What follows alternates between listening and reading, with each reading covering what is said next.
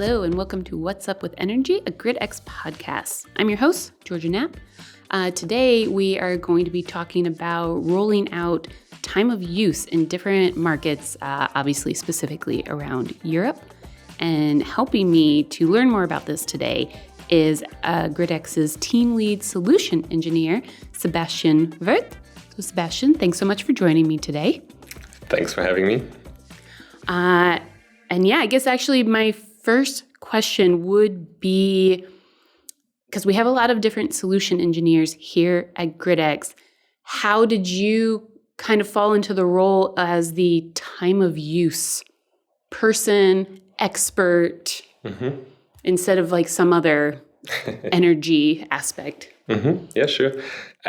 So I would say when we developed it and also did basically the first rollout, I was the solution engineer that was working together with our first partner or customer that was doing this first rollout. So it's basically a little bit just of a coincidence that I'm just working with it from the very beginning, basically. Okay. And thus kind of have a lot of experience with it and been there for the whole journey so far. And how long have you been with GridX? With GridX, it's nearly 4 years now. Okay. Were you with an energy tech company before this? So it's my first job completely after university. But during university, I also worked for companies that basically had tasks or jobs in the energy industry. And then to dive into the topic, we've had a few episodes already about time of use, but just in case people have not been listening religiously, how would you define time of use pricing? So time of use pricing, very simply speaking, means that energy has a different price at different points in time. And especially maybe to our German listeners, that's unusual in Germany. So when we think about energy price or electricity as an end customer, it doesn't matter if I turn my washing machine on at 1 p.m. or 9 p.m. Because it's always the same amount of energy and I just pay per energy amount and I don't care about the timing. Okay. While time of use basically means, okay, there could be a different price for you at 1 p.m. versus at 9 p.m. And then you start caring about the timing of your energy consumption. Okay. Yeah, I mean, in the end, the companies that offer those dynamic tariffs, they have a certain degree of freedom in how they design them. I would say the most common one is basically looking at the public energy or electricity exchanges. And the price on the exchange is basically then mostly driven by consumption, but also by generation. And looking at renewables and so on, it could be that it's super sunny in large parts of Germany, but also super windy in the north where all the wind generation is happening. So there's just so much generation that even though it's maybe a point in time where there is a lot of consumption, there's just so much production that it's still very cheap. Okay. And so it's not only about the timing or the consumption of others, everybody's turning on their washing machine at 8 p.m. or whatever when they come home. But it could be that even in those typical times of high loads, there's just so much production that it's still getting cheap for you. Okay. And then when we talk about rolling out time of use pricing, who exactly is doing the rolling out? I mean, looking only at the pricing itself or at the tariff, those are basically the companies where you have your contract, right? So that's, I don't know, in E.ON or whatever in Germany, where you can have the electricity tariff. Okay. Or the Stadtwerke in Germany, the municipalities or whatever. So just where you have your electricity contract. Those can offer those dynamic prices. So they are per se rolling out these tariffs. Looking at it from a more of a GridX perspective, where we also think and talk about how to optimize around those, then there is more than just a tariff that you're rolling out. So basically the optimization around it. for example, incorporating the battery and charging the battery when the electricity is very cheap and so on, then we are talking about a little bit more players and a little bit more tech involved. And then in your opinion, which European markets are the furthest along in implementing time of use pricing? So looking at Sweden, Denmark, Finland, there it's common, I would say. I think it's not a majority of people, like not more than 50, 60% or whatever, but I'm not into the exact numbers at the moment. But when you talk to a German and you explain him this idea of like your electricity has a different price at different points in time, he would be probably confused and maybe never heard about it. While in the Nordics, they are very aware, right? They have been accustomed to this for years. I think I once heard that like in Denmark, either it's like part of the news show where they even show the prices, or that at least the people, when they look at the weather report, they directly think about, oh, it's going to be a sunny day, so let's do the washing tomorrow. So they're very like top of mind awareness for these kind of things. And I think you actually answered my next question already, but which European market is the furthest behind when it comes to rolling out time of use pricing? I think it's Germany, just because simply of the metering infrastructure that is not there to build and sell it, or it's like too expensive, and then the deal doesn't really make sense to like also pay for the additional efforts to put it in your household and so on. So just looking at the numbers, I think of the big countries, at least Germany is furthest behind. Okay. So then while we're on the topic of Germany, we have the new paragraph 9 EEG that just came out or was updated this summer, I believe. Sometime in 2025. Yeah, rather in the beginning, or it like even got retrospectively activated somehow. Yeah. So it was a little bit weird or rushed or whatever. But yeah, it's a topic that got effective this year. Yeah. And because I hear that mentioned in relation to time of use, how exactly are those two related? So what EEG 9 also does is looking at, or what was the motivation behind it, is dealing with high amounts of solar production coming from end consumers or prosumers. Because it was also called like the Solar Spitzengesetzakt or whatever, yeah. So a Solar Peak Act, something like that in English. Yes. And it's, funnily enough, it's something that we kind of similarly had already in the past, that like got removed and then got introduced back with a little bit different wording, a little bit different numbers.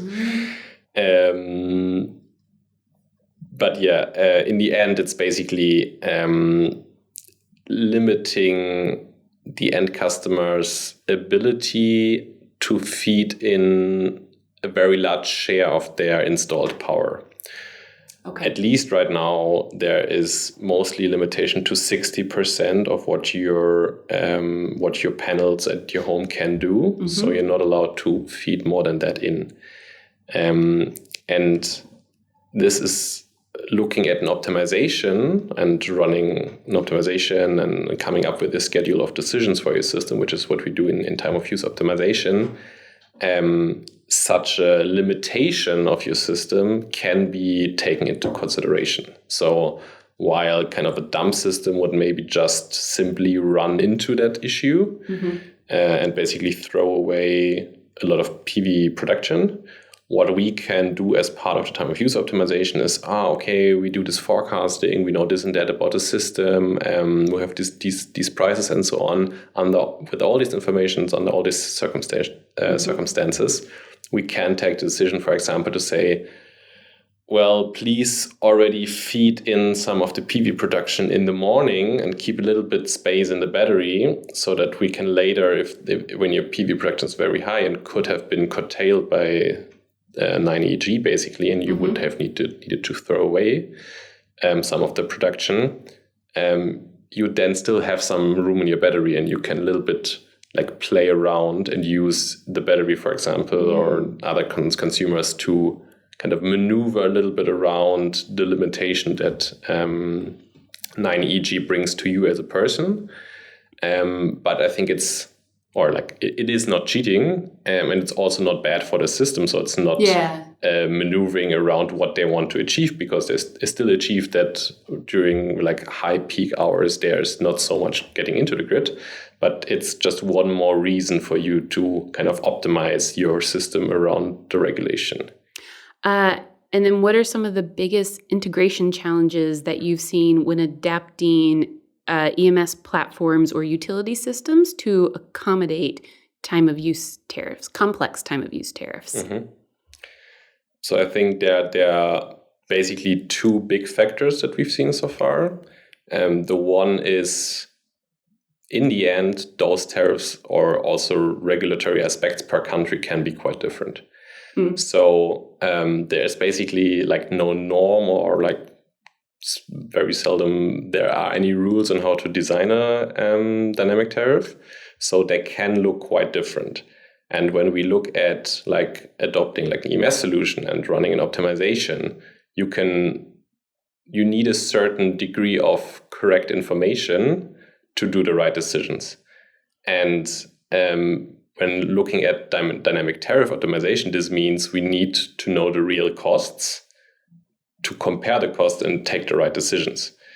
And when you then look into the countries or the different tariff offerings, then it's hard to like code everything, all these options in, right? Mm-hmm. So you have to take some shortcuts, or you have to say like, okay, that's like an 80-20 solution. It's good enough. It covers the large share of the tariffs out there, and so on. And also again there, that can be very different per country. What you have to keep in mind, right? I don't know. There's like this tax remuneration at the end of the day, at the end of the year.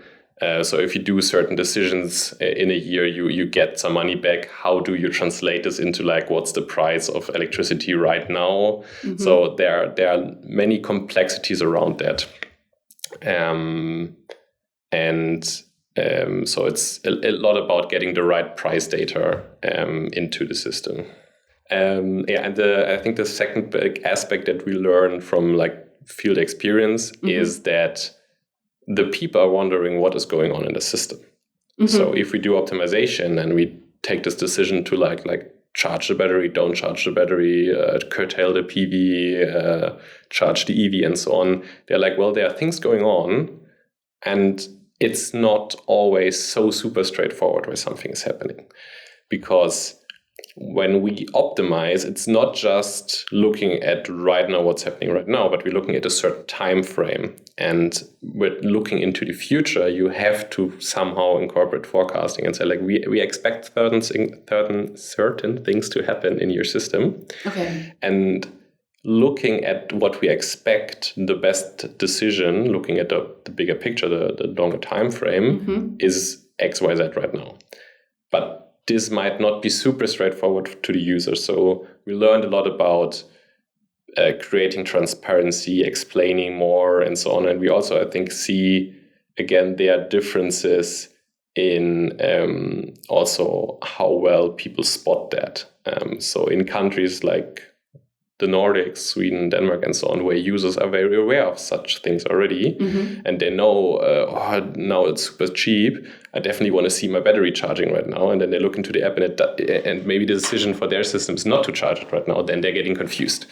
Okay. So that's a big challenge, like kind of doing the right things, being transparent about it, and also being able to explain the user so it doesn't create any friction or any unsatisfaction or dissatisfaction. And then this year, there's been a lot of reports coming out talking about the rise in negative electricity prices. Our own time of use flexibility report will actually be coming out next week. And we also talk about this.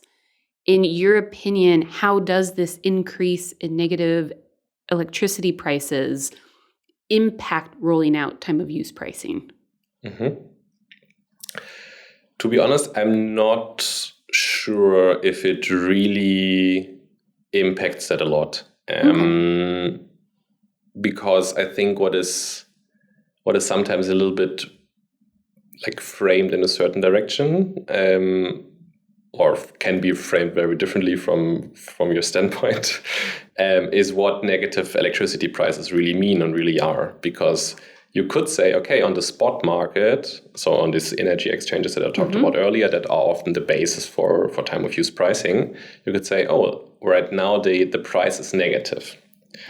So if I basically buy energy now, I even get money for buying it. I don't have to pay for it, but I get money back. This is what we mean with negative prices, right? But this doesn't mean that it's a negative price for the end customer, for the consumer at that very moment, right? So we are like, if it's in the media, the prices were negative, it normally means at the energy exchange, but not like for your wallet.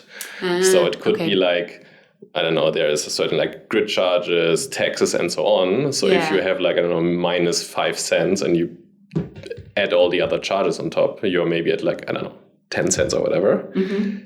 Just saying a negative price on the exchange still costs you money for consuming electricity. Okay. But again, that is something that, again, looking into the details can differ a little bit per country, like how much is added there, is it really negative, and so on. And also kind of affects your household or your system differently, looking at do you have generation yourself? Because when we're talking about getting money for what you produce and what you put back into the grid, this in most countries is somehow connected again to the energy exchanges. If you have like dynamic feed-in cashback, basically. And then you don't add like all this positive stuff to get to a positive number. But then you're basically just getting penalized for feeding in your PV surplus to the grid at that very moment. So again, there's a case for having certain control, like by an EMS solution, to say, okay, well, we know that you would get penalized for feeding in, so we take it into consideration to, I don't know, either reserve space in the battery to charge it into the battery and don't feed it for negative prices into the grid. Or there are solutions where you are able to also curtail, like basically throw away a certain amount of the PV, but that also is kind of a smart decision, right? Oh, the prices are negative now I want to throw away the generation that I would basically be penalized for. Okay. And then do you know how well existing home energy management systems or smart charging systems are responding to time of use pricing right now? What we do with our time of use optimization is kind of optimizing kind of a schedule. So we have kind of a schedule where we say like, okay, based on the decisions now, based on the information now, we have these kind of decisions for the next hours. But again, like said earlier, these can or definitely somehow depend on like forecasting or whatever. And the reality always can differ, right? We can't pinpoint the moment you, I don't know, cook your dinner or plug in your EV or whatever. So we're also always going to be to some degree a little bit wrong. But then having the gateway inside, getting the data in quick, and also having an algorithm that's running like basically all the day and not just regularly updates the schedule, but also can react to any changes in the short term. I think that's an advantage also that we have by combining these kind of two different approaches and systems. Right now, I think as we all saw at Smarter E this year in Munich, there's a lot of energy management systems in the market right now. Like it kind of feels like all of a sudden you like turn your head and another company is offering one. But for a company that is looking for an EMS or a HEMS that does this very smart dynamic pricing, I guess what would be something they would look for to know the difference between the one, like you said, that would know the difference between charging your battery now at 15 cents or waiting until tomorrow at 10 cents? Or one that's just going to start charging your battery right now when it's 80% full, 15 cents, doesn't care at all about the 10 cents 12 hours later. Does that make sense? Yeah, it makes sense. Okay. I think generally like the whole energy space and also the EMS space is like quite complex, right? Yeah. But if you're like go shopping for an EMS solution, I think you need to have some sort of conversation and dig a little bit deeper and also kind of know what you're trying to achieve and what you're trying to buy. Okay. As you and I know, interoperability is always a factor. How much variation in time of use implementation is there across DSOs and energy suppliers, and how do you design around that? Mm-hmm. So those are the two ways. So either we look it up somewhere else publicly, or somebody sends us the specific data for the specific customer. And then looking ahead, do you see time of use becoming a gateway to demand-side flexibility? I mean, generally, I think demand-side flexibility is a topic that is being discussed for like probably 10 plus years now. Yeah? So it's always one of the big hopes, but also one of the big challenges looking at the energy transition, because there is less flexibility on generation side if you look at PV and wind and so on. Mm-hmm. But there are enough smart people working on it, and there are enough solutions to get past this challenge, right? To also incorporate flexibility into the demand side, right? So I think that's something that is getting used a lot by, you could say, like big oil or whatever, like people who like want to advertise against the energy transition. Mm-hmm. They're always saying like, yeah, but what if like there is no sun, then there is no solution, and just we have a blackout and everything like that. And I think that's an oversimplification, and that's just not true, or it's at least a challenge that we already have good solutions for. We just need to scale it up over time. Yeah. And I think time of use and time of use pricing, time of use optimization, I think is going to be kind of a staple and kind of an important building block of the energy transition going forward. Mm-hmm. But it's not the only option, not the end game. I think there are more, you could say, more complex or more fancy ideas and systems that you could leverage for demand-side response. So looking at dynamic tariffs, if you really have that on a large scale and people are really acting according to it, right? Okay, I'm going to use my washing machine at a certain time and so on, and you really scale it up to, I don't know, 80 million Germans, then you can really kind of introduce this demand-side response, because people just naturally react to it. Mm-hmm. If you scale it up, right? On scale, statistically simple single outliers like cancel out and so on. So the whole behaves in a positive way looking at the system. Mm-hmm. But yeah, there are also like other things that we are working on and offering, looking at flex, where you say like, okay, it's not per se this dynamic pricing itself, where you can look it up in your app and say like, okay, the pricing now is different than later, but other schemes or other mechanisms where you get money for offering you flexibility. So, for example, having a battery in your household can be used in context of time of use pricing, mm-hmm. because you basically buy low, sell high or whatever, and save money this way. The other option is that in a little bit more complex setting, this flexibility can be used for like energy trading or whatever, or ancillary services that are getting paid quite well, for example. Okay. But again, when I talk about complex, I mean complex on a technological level and building the solution, but it's not necessarily complex for the end customer. So I think that's one of the big challenges that we and the whole energy industry have to overcome. Like, we have all this complexity and there are so many things going on, and like security, regulatory aspects and so on. But in the end, we need to make it as simple as possible, right? So there are offers out there where they say, okay, if you do certain things, you just get a flat cashback or whatever. So it very simplifies it for the end user, for the customer. Okay. And then that actually brings me in now to our rapid fire round. So peak or off peak, when are you most active? Sorry, what? I know, this got Christian also. Peak or off-peak hours, when are you most productive? Jesus. Peak. Peak. In one word, what makes time of use pricing exciting? Bargain. Bargain. In one word, what makes it most painful? Price peaks.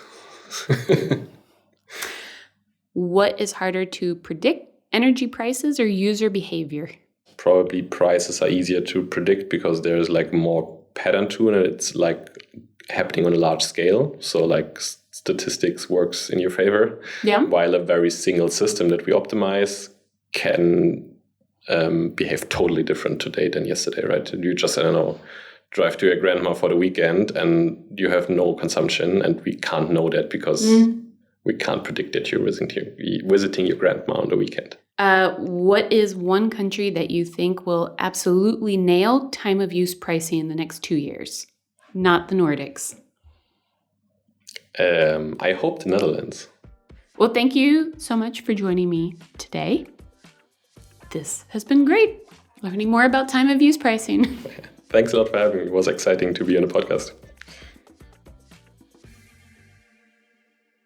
If you'd like to learn more about the world of renewable energy or energy management systems, be sure to check out our website, gridx.ai, where we produce regular blogs and glossaries about the subject. You can also follow us on LinkedIn or on Twitter and Instagram at GetGridX.